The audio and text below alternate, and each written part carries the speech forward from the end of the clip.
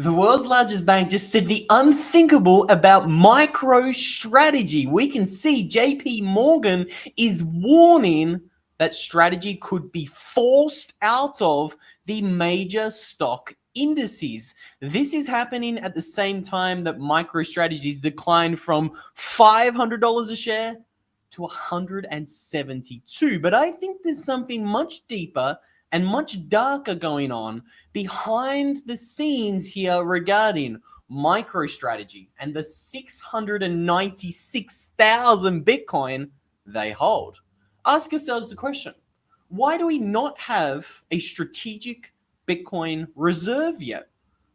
I think today could be an interesting day to explore a hypothetical thought experiment of how MicroStrategy's 700,000 Bitcoin might play into America's secret plans to accumulate a strategic Bitcoin reserve. I want to start this rabbit hole, and again, we've got a lot to cover today, but I want to start with this clip from Tom Lee talking about how America might accumulate a lot of Bitcoin. And going out into the market, I mean, that would definitely move the price. So didn't you say something about the possibility that the government would actually instead try to, let's say, buy a company that has a lot of Bitcoin? Yeah, I mean, I'd say that makes a lot of sense. I think the day the U.S. says they want to acquire 1 million Bitcoin, I think Bitcoin's price is going to go up parabolically. Right. Because how is the U.S. going to buy it? I mean, they can't, if you know their wallet, you're going to see every buy, and it's going to become a national pastime for everybody because they're a long buyer. I think it's going to be easier for them to buy large holders of Bitcoin. Maybe even give tax amnesty, right? That's why they're saying it's tax-free. We won't tax capital gains. They'll do everything they can to try to acquire Bitcoin. Maybe... Think about that for a minute, because we're talking about tax-free. What happened literally yesterday in America? Again, Tom's kind of hinting here that they're going to create all of these laws, all of these rules, all of this desire and FOMO to put Bitcoin into the hands of the biggest banks or the biggest companies. And then what do you do with that Bitcoin? Well, we all know what you do with that Bitcoin. You nationalize it. That just makes a whole lot of sense. And again, all of this is really interesting timing, considering this right here. This is the bill that I want to quickly bring up and bring to your attention. We didn't mention this in the introduction, but literally yesterday, America's put forward a new strategic Bitcoin reserve bill. Now, this is interesting because what they're doing is they're incentivizing Americans to pay for taxes in Bitcoin. And you can see, they're nailing all the basics here of Bitcoin in this little bill. It's a decentralized open source protocol with a fixed supply cap of 21 million coins. This is why I believe all of this MicroStrategy news, I think it might be leading somewhere else. Now, again, we're going to get into Michael Saylor's response to this letter coming out of the MSCI, because it would be huge if, hypothetically, strategy was given the boot out of the NASDAQ. Again, it's an enormous company, and it does provide a lot of passive buy pressure to the MicroStrategy stock. Now, again, some people are saying it's going to create a doom loop if strategy's kicked out. We're going to get into strategy's response.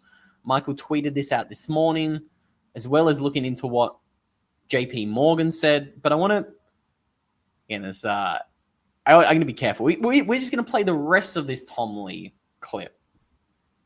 Strategy has a sovereign put. They have 600,000 Bitcoin. That's the easiest way to get to 1 million Bitcoin.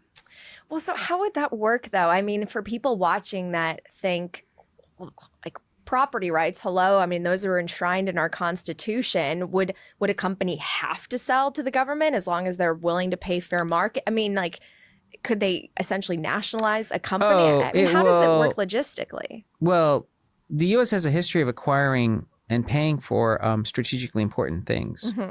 They just did so with the rare earths. I mean, the Pentagon deal with MP, I feel like it's not nationalizing it, but it's a strategic move. Yeah, I think the U.S. government takes a private sector approach to that. So if MicroStrategy is at 400 and the clearing price to do that deal is 3,000 or something, it's probably cheaper to do that than to try to buy 1,000,000 Bitcoin. What do you think Michael Saylor's reaction to that would be? I'm not Michael Saylor, but I know that his personal holdings of Bitcoin he'll never sell, right? And he'll let them essentially become, he'll help permanently help Bitcoin's legacy because he'll just let the keys expire with him. But for MicroStrategy shareholders, he might have a different view because at the end of the day, he'll probably weigh where he can get MicroStrategy versus someone making a hostile takeover bid. I mean, it's just hypothetical. So, I mean, is this like your base case? Do you think that the government will acquire Bitcoin by just acquiring one of these companies?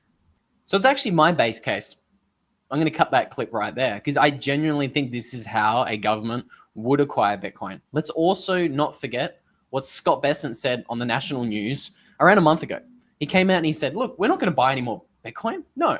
What do you mean revalue our gold to buy more Bitcoin in a budget neutral way? No way. That's ridiculous. He was very straightforward. And he said in that interview, oh, we will continue confiscating assets to add to our Bitcoin strategic reserve, but we won't buy any. So again, I think, yes, this is a little bit of speculation, but with the price acting the way it's acting, this is, again, where my tinfoil hat gets planted right on. And I start thinking, to the comment from Robin, was this MicroStrategy's and BlackRock's game all along? Again, you can only, again, this is all hypothetical, but you can only create a nationalization under very distressing circumstances. Now, what are we talking about today? We're talking about distressing circumstances. JP Morgan is warning of an MSTR crisis. By the way, this is the largest bank in the world, and we're going to get into all of the strange things happening behind closed doors with this bank. But this is the brand new news that came out late last night. JP Morgan is warning that major indexes could start delisting MicroStrategy stock. Now, again, this could be one of these crisis events. Think about it for a moment. MicroStrategy is so big, it's in the NASDAQ.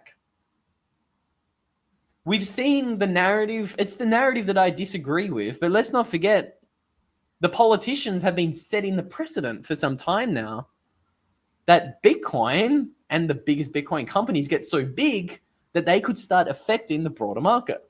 Again, I disagree with that. I think it's all precedent setting and gaslighting and fear mongering and FUD.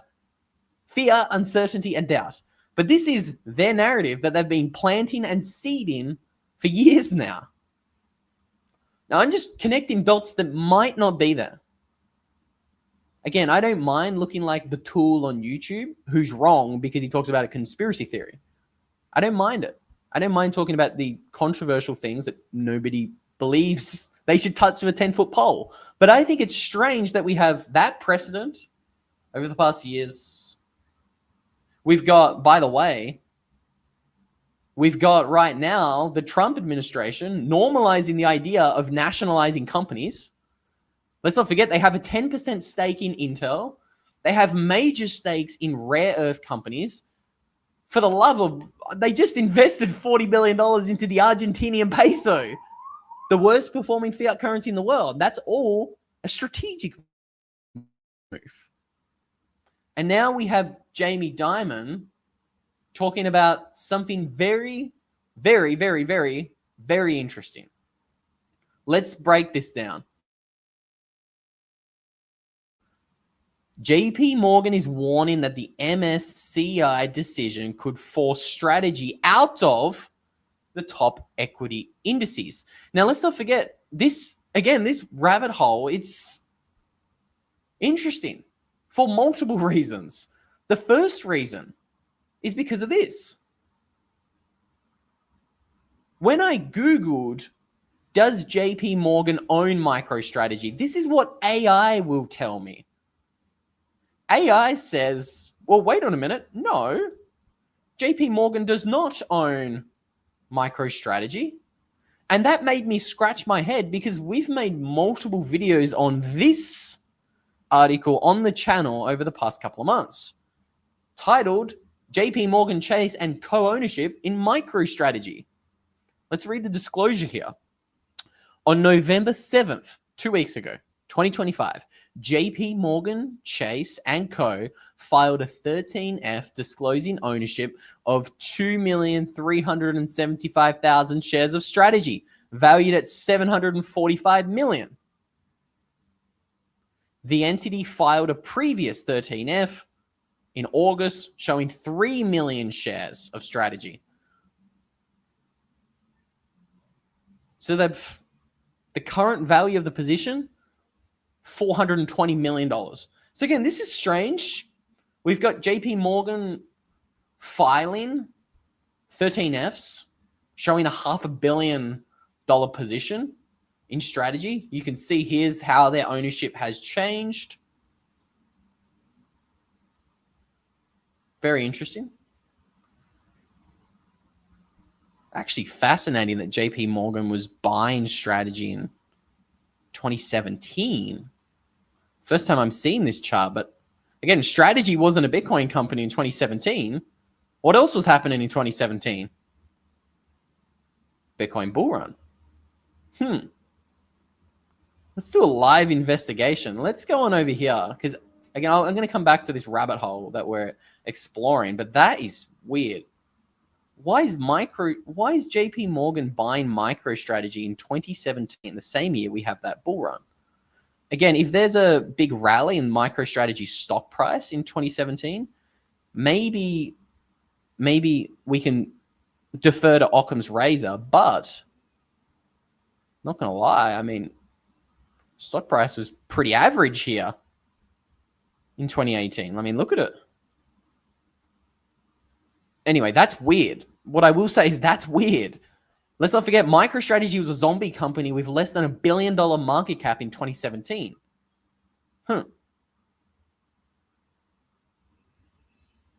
This was the last time that JP Morgan, again, I'll remind you, one of the largest banks in the world, was quietly buying up a pretty sizable position. That's weird. That's weird. I'm going to come back to that in a moment. I'm going to digest that before I talk more about it. That's just very interesting. Now, let's talk a little bit more about what exactly is going on with Strategy this morning. What is the MSCI? What's happening? Well, we know that Strategy recently they didn't get the boot. They got declined from entering the S&P 500, the largest stock market index in the world. They're already in the NASDAQ, though. We know that. Now, what else happened very interesting? Sorry, what else happened that is very interesting? It's this right here.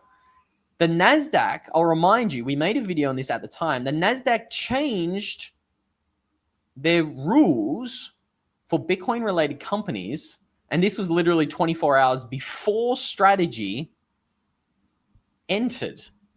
Well, they were applying to get into the S&P 500.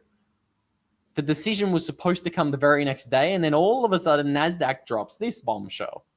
Another one of those things that's just, it's got to make you ask the question and raise an eyebrow. This is weird. We can see this is going all the way back here in September. This is when Strategy got declined from the S&P 500. Strategy shares decline as NASDAQ tightens crypto security. Strange, don't you think? I do. I think it's very interesting. I think there's all just, and again, this rabbit hole, there's something else here that is just very strange at the time, and why I'm saying, look, maybe something fishy could be going on is because of what I tweeted out this morning. Bitcoin's down $46,000 in 54 days. That kind of ferociousness in a sell-off is weird. We did a live stream on the price yesterday. We're not going to rehash everything. Yes, 30 to 40% corrections, even in Bitcoin bull runs, completely normal. 75, 80% corrections in a bear market, completely normal. But price action like this, straight down, with nothing more than a $4,000 bounce in the past month, that's weird. That's strange. That smells fishy. And this is where the conspiratorial lens comes into all of this. Now, I want to play a video I played yesterday, but I was too scared to actually name names and draw conclusions that today I'm actually going to. Because again, this all ties in. The first clip we played, Tom Lee talking about a theoretical nationalization of MicroStrategy. Tom Lee also came out on CNBC yesterday and said the following. Notice what he says about they. Who is they? Who is the entity manipulating the markets right now?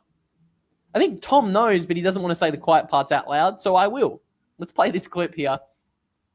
Since October 10th, because on that date was a negative shock. I mean, today's stock market looks a lot like an echo of what happened October 10th. But on October 10th, that liquidation was so big, Brian, it really crippled market makers. And our market makers are critical in crypto because they provide liquidity. I mean, they act almost as the central bank in crypto. And if they've got a hole in their balance sheet that they need to raise capital for, they need to reflexively reduce their balance sheet, reduce trading, and if prices fall, they've got to then do more selling. So I think that this drip that's been taking place for the last few weeks in crypto reflects this market maker crippling. And so in 2022, it took 8 weeks for that to really get flushed out. We're only 6 weeks into it. So I kind of concur. I think crypto, Bitcoin and Ethereum are in some ways a leading indicator for equities because of that unwind and now this sort of limping and weakened liquidity. Well, that was the point that my very, very smart team behind me, we put together for the top of the show, which was showing that Bitcoin turned down today before the market did. All right, take us back. So October 6th, I think it was October 6th or 7th, Bitcoin hit 125,000. Yeah, a couple days later, it was still around 120,000. Now, obviously, Bitcoin's at 86 and change. So what specifically occurred on or around October 10th that would lead us to where we are now on what, November 20th? Yeah.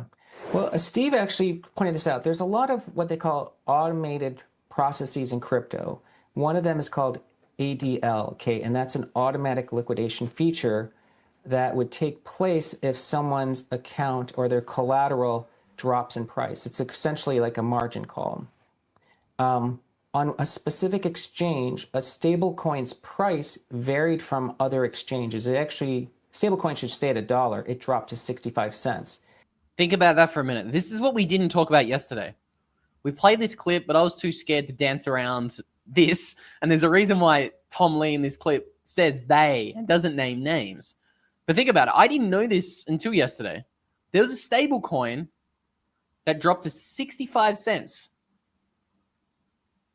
Only on one exchange. Now that implies either something went wrong on that exchange or something fishy was going on. Because this stablecoin disconnection was the thing that created the entire liquidation event.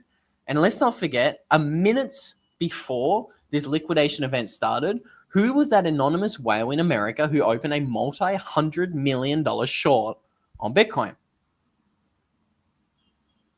There's speculations of who it could be, but it's clearly someone with more information. I'll play the rest of this clip. But that only happened within the exchange quotes, within this exchange because of liquidity. That triggered an ADL, an automatic liquidation across many accounts. It wiped out, as that spread across other exchanges, right? Because liquidations cascade. Almost 2 million crypto accounts got wiped out, even though minutes before they were actually profitable accounts. So who is behind this? Like, who's the they in the market makers and they got hit? Who's the they?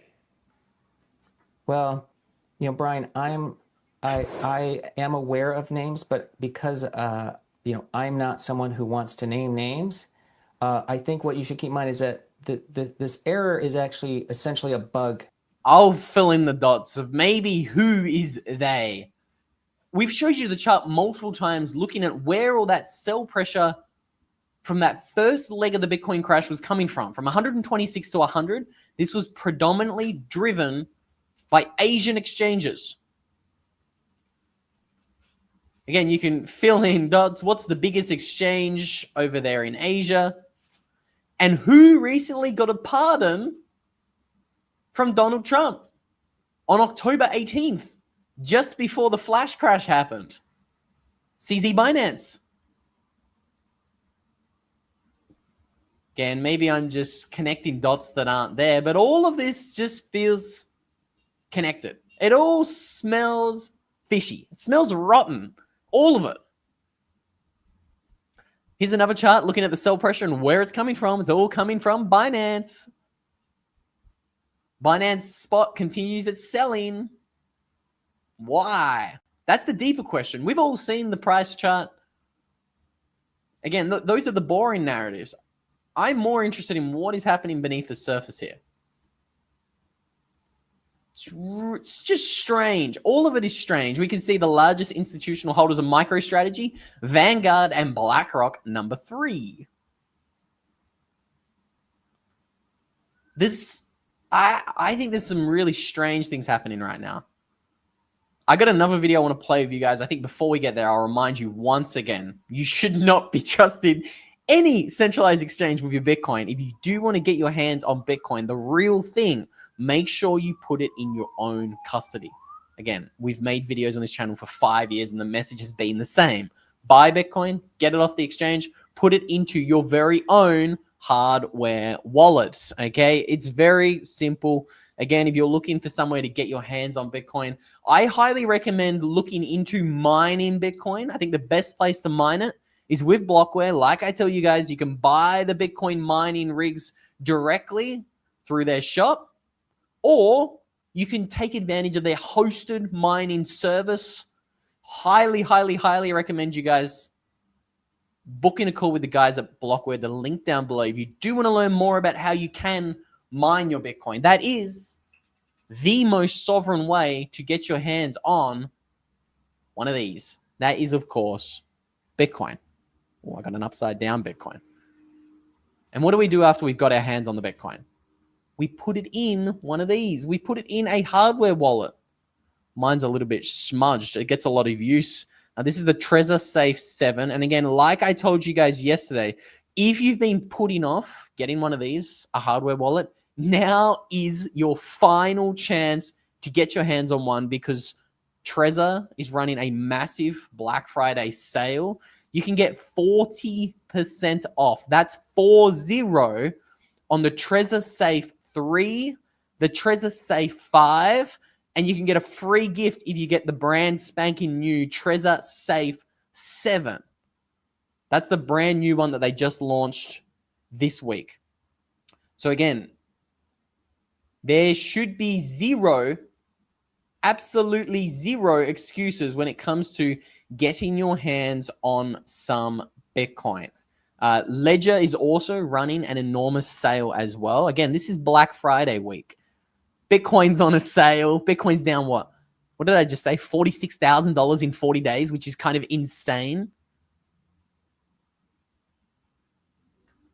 And so is Bitcoin hardware wallets. They are also on sale. Ledger's running a massive Black Friday deal. Click on the link down below. Navigate to the Black Friday section, and you can see you can get $70 of free Bitcoin if you buy a Ledger Flex. Massive discount. The Ledger Nano X is half price. You can get one of those for $74 right now. 50% off. And again, if you were waiting to get your hands on a hardware wallet, now is the time. It's Black Friday. Bitcoin's on sale. Hardware wallets are on sale. All Night Hide has even put the links in the chat for you guys to go check out. Now, I want to talk a little bit more about what exactly is going on with BlackRock, JP Morgan. There's rumors that JP Morgan might be short MicroStrategy. Again, it's strange, conflicting data that they own 3 million shares like we just showed you. Maybe they're doing a hedge and a wedge. Maybe they're buying the spot. They're short in the futures market. That's all way above my pay grade. I want to see what you guys want me to go next. Yes. So this hardware wallet, the Trezor Safe 7, is the first and only quantum-ready hardware wallet. This is the brand new hardware wallet Trezor released this week. So yeah, if you are worried about quantum computing, me personally, who knows? Who knows when it's going to come? The Trezor Safe 7 is quantum ready. So go check that out. Now let's talk a little bit more about strategy. What is going on? I would love to see jail sentences. Absolutely. Because it's pretty clear something funky is going on in the market right now.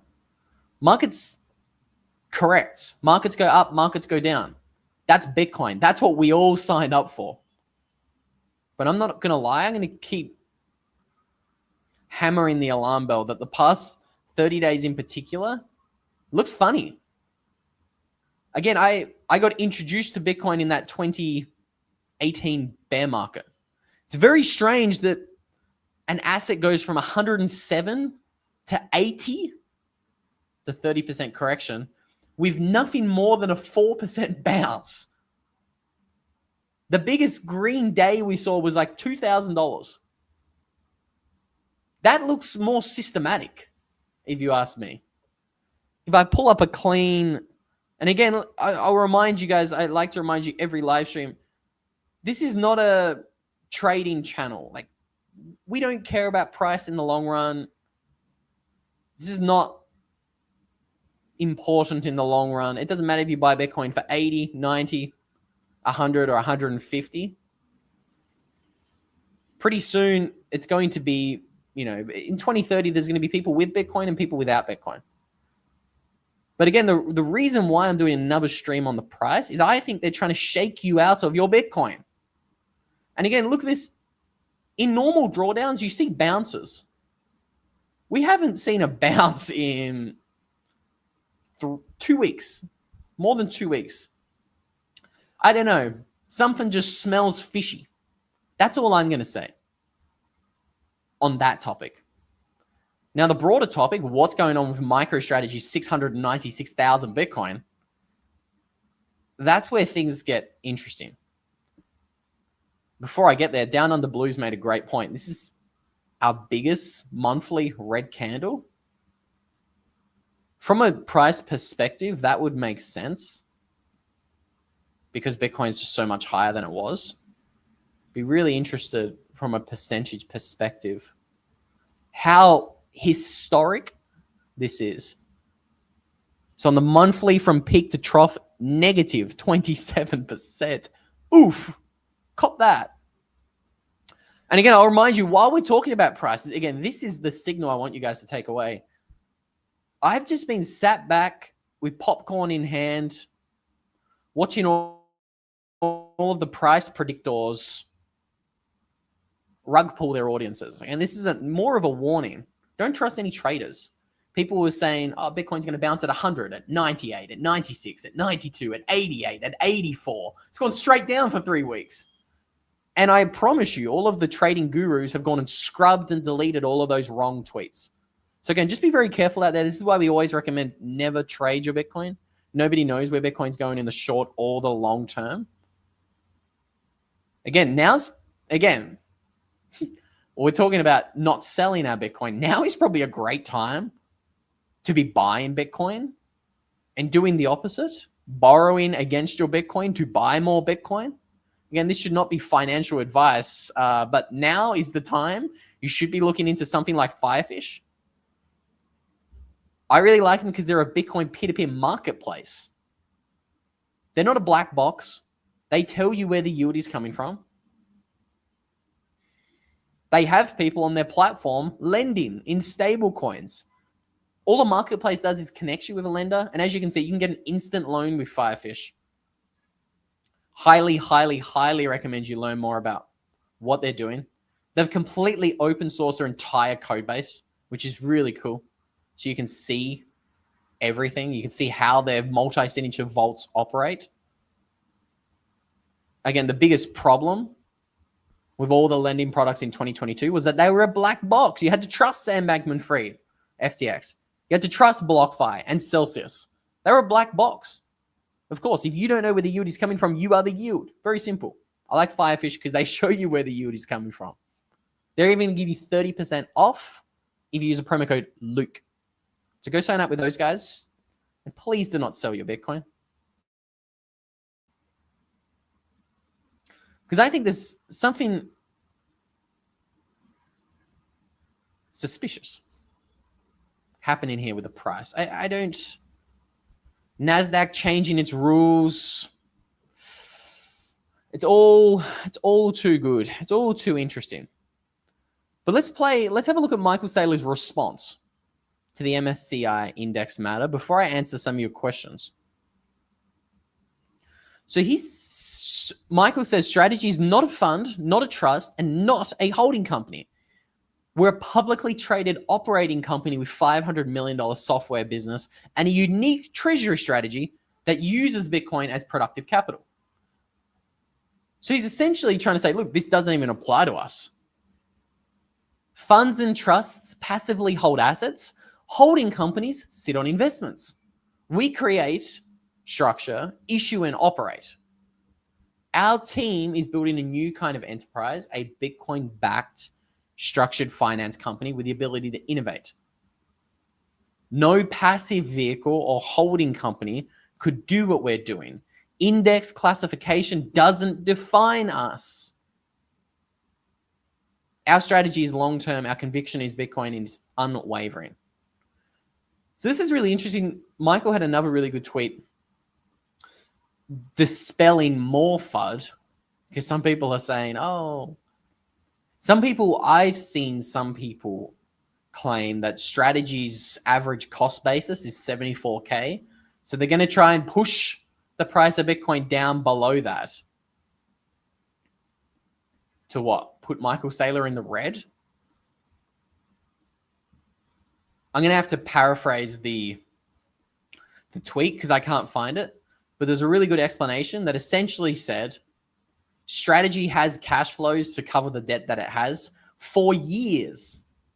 Doesn't matter where the Bitcoin price is. You can't just liquidate.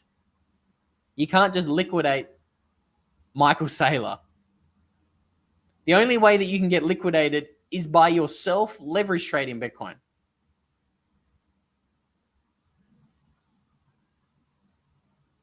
Please don't leverage trade your Bitcoin.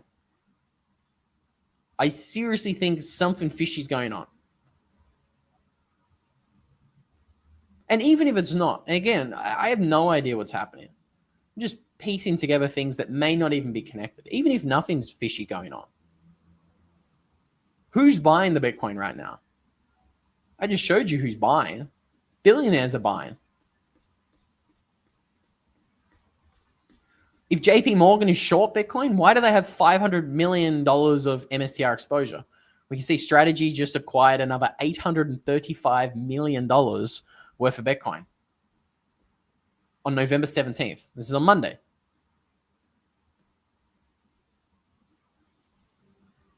The only people selling are the OGs who have been in Bitcoin for 15 years.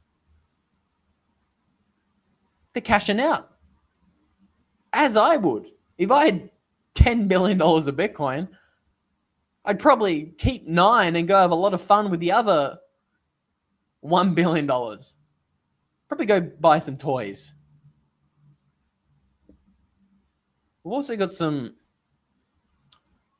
speculation. Again, just speculation, but Grayscale could be doing a little bit of selling, adding to that sell pressure right now. I think if you zoom out, the fundamentals are very, very, very clear here. Morgan Stanley, again, multi-trillion-dollar bank, came out and said the 60-40 portfolio is done. The new portfolio is 60-20-20. They just cut bond exposure in half and said 60% equities, 20% bonds, 20% gold is now the optimal portfolio allocation. That's massive. The fundamentals are pretty clear. The big boys are making moves. And they're buying. And I just think the big guys, they're going to act rationally. A 10% stake in Intel is a logical decision. This is why I don't think the idea of strategy being nationalized is a crazy scenario. And I even think the odds are rising. I think all of this narrative is just strange. Again, let's not forget JP Morgan's paid $900 million in fines for manipulating the markets. It's public. They've admitted to it. And again, who was one of their big main clients? I don't want to say anything that's going to get me kicked off YouTube, but you know who I'm talking about. And again, the weird connection between that individual and supposedly funding Bitcoin Core. Why is all of this circulating this week? It's weird, don't you think? Strange, really strange. We've got the talk of the island guy funding Bitcoin Core, but let's not forget, who was the island guy's banker? What bank did he use? JP Morgan. Just another one of those things just makes you scratch your head a little bit. JP Morgan Chase is facing scrutiny over MicroStrategy stock margin requirements. Another one of those things that makes you really scratch your head. Ooh, I have another really interesting thing that makes you scratch your head. Got a video to show you guys of everybody's favorite counter indicator. Actually, before we get there, I think we talked a lot about MicroStrategy stocks. Again, I always remind you guys, unless you actually have the Bitcoin in your own self-custody, you don't own it. We talked a lot about hardware wallets earlier. Again, most people, I think 90% of people who buy one of these, they're still making a big, massive mistake. They're writing down their 12 or 24 words on paper. Again, I don't think we should do that. I think we should be putting our 12 or 24 words on one of these. These are the titanium plates that Stampseed has. They've been partner of the channel for 2 years now. 2 years, nonstop. And that's because I think they make the best product in Bitcoin. Again, I highly, highly recommend you check out what Stampseed is doing. They've tested these titanium plates. They've open sourced everything. They've blowtorched it with 3,400 degrees Fahrenheit of heat. Guess what? No data loss. These things actually survive house fires. They're stronger, more resistant than stainless steel. And they're simple. Simple 12 or 24 word plates. Highly, highly recommend you go and check out what Stampseed makes. They even have the cool little designer plates here. Infinity divided by 21 million. Again, with all of this talk about the price of Bitcoin, 80, 90. Just remember, the end goal is this. Doesn't matter what price Bitcoin is today or when you buy it. Infinity divided by 21 million is the end game. So again, I think Stampseed gives you 15% off anything you want to buy with promo code Luke15. Super easy to remember. Now let's listen to everybody's favorite counter indicator, Jim Cramer. Looking at what I regard as being the single worst moment in this decline was the moment between 3:30 and 4:30, and then Williams comes on, and then suddenly everything's fine. I don't think so. You don't think everything's fine? No, there's a lot of people who have to get out. Let them get out. This is not what suddenly they wave a magic wand. We obviously have real issues. We have issues with the building out the data center unlimited. We have issues with a lot of people, the strategies. So there you have it. Jim Cramer, he's bearish. We all know his track record. His track record is worse than anybody's. There's inverse Cramer ETFs right now. And he's bearish. Again, I'll remind you, I think the price of everything is irrelevant. This is not a trading channel. Nobody knows where the price of Bitcoin is going. But anybody right now selling, I just say be careful, because it's very strange that you see a big, massive monthly candle like this and you don't get a bounce, at least a bounce. Even if we're in a 6-month, 12-month bear market. Again, nobody knows. I don't know. Every model has been broken so far. even if we're in a bear market, this thing's going to bounce pretty hard when it does. We've gone straight down for 3 weeks. And we've got Kramer coming out getting bearish on Bitcoin. That's a little bit of signal. And let's not forget, fundamentally, QT ends in 9 days. The Fed's already said we're going to stop QT, QE's coming. Japan yesterday, I watched a Simply Bitcoin stream just a minute ago. Money printers are getting turned on in Japan. Hundreds of billions of dollars. Japan and the Fed, 2 of the bigger central banks in the world, are moving towards easing. We've got more rate cuts than what we saw in 2008 during the GFC. This all just screams bullishness. Government reopening. Like the next 6 to 12 months, the outlook hasn't changed. This is all incredibly bullish for Bitcoin. Of course, the question here is what happens? Does the S&P 500 take a little bit of a puke before the money printers get turned on? We showed you yesterday, it's looking a little bit on a knife's edge. We saw a big daily red candle, 3.5% down. That's over $2 trillion wiped off in a day. I'm keeping an eye on what's happening in the S&P 500 because I'm telling you, if Bitcoin's just dumped $45,000 in 45 days, while the S&P 500 has been going sideways, consolidating at an all-time high. Again, just hypotheticals. We talk about all scenarios on this channel. I've got my own biases. You know my biases. I'm a hyper bull in the long run. But if the S&P takes a 10% correction, who knows what Bitcoin's going to do. But I think this sums it up. Sailor will not be liquidated. I agree with Bitcoin Barber. Sailor can suspend dividends. Absolutely.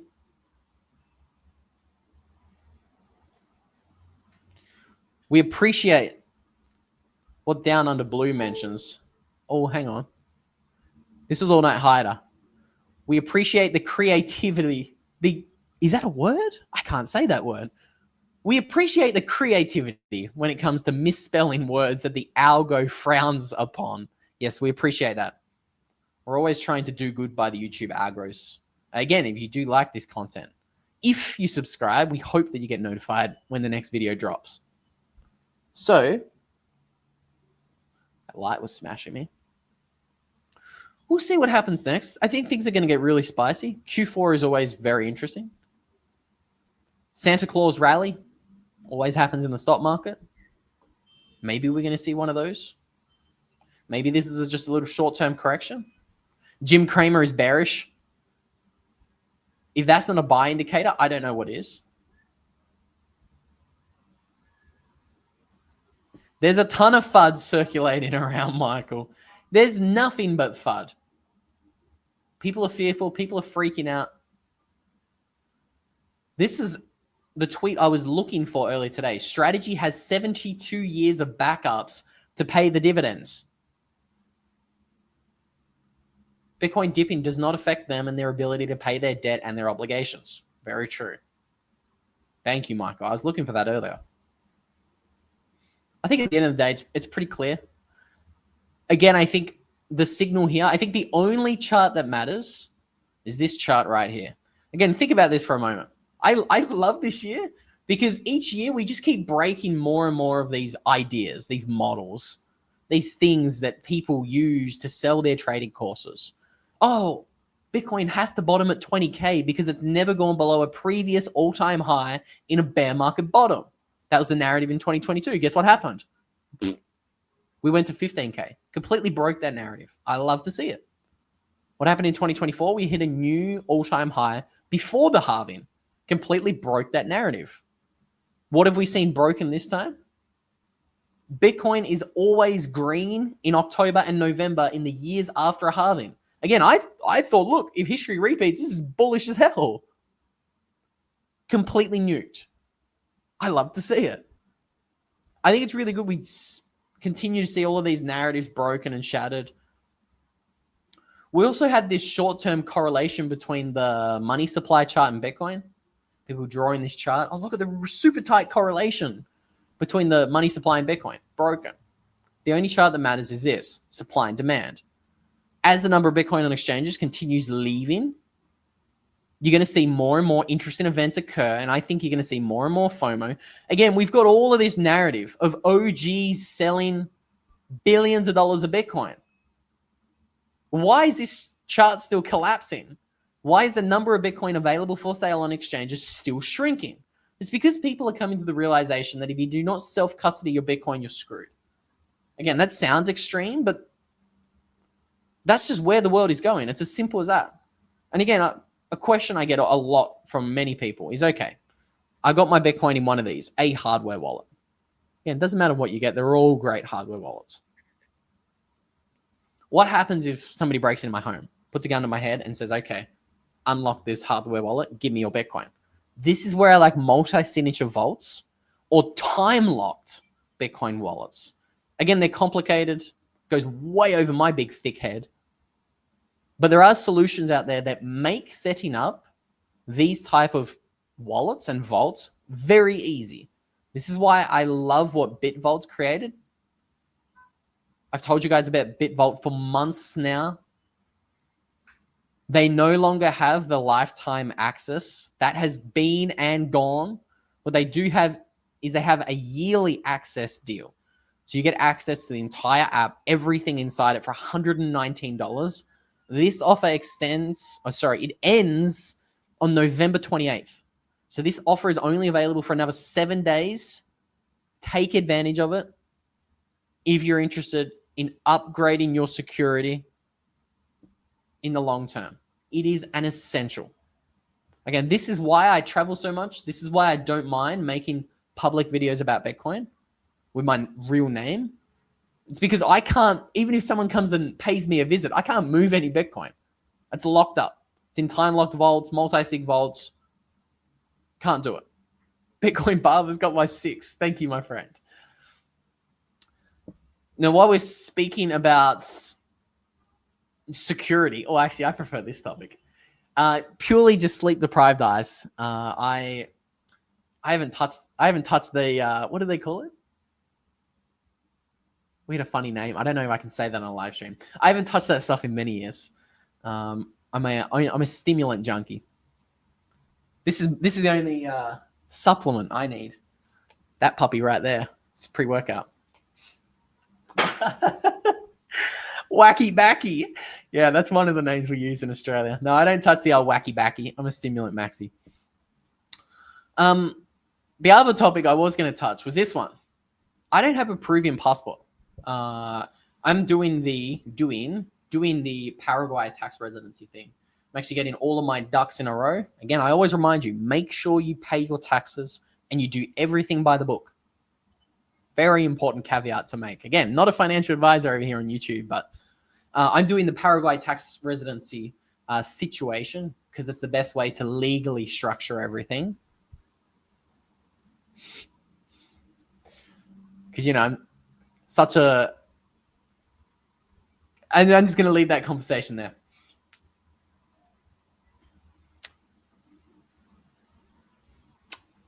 Well, that said, I want to know what you guys think. Is MicroStrategy playing funny games? Or is there funny games being played that will affect MicroStrategy? That's kind of my thought experiment. That's my thinking right now. None of this looks natural.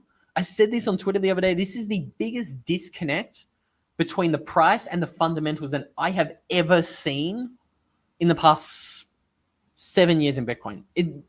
Price makes 0 sense right now. 0. And again, what's the quote from Warren Buffett or Charlie Munger? The market can remain irrational for longer than you can remain solvent. So again, don't leverage your Bitcoin. Don't trust the trading gurus. I actually did a video this week. Just give me 15 minutes and you'll finally understand Bitcoin. I talked about the 11 biggest lessons or realizations I've had in the past 7 years in Bitcoin. Highly recommend you check that out. I put more hours into that video than most. And with that said, I'm going to end this one here. I'm going to wish you all a happy Friday and a happy weekend. I will be going live, so make sure you subscribe so you do not miss that. and I'll see you on the next one.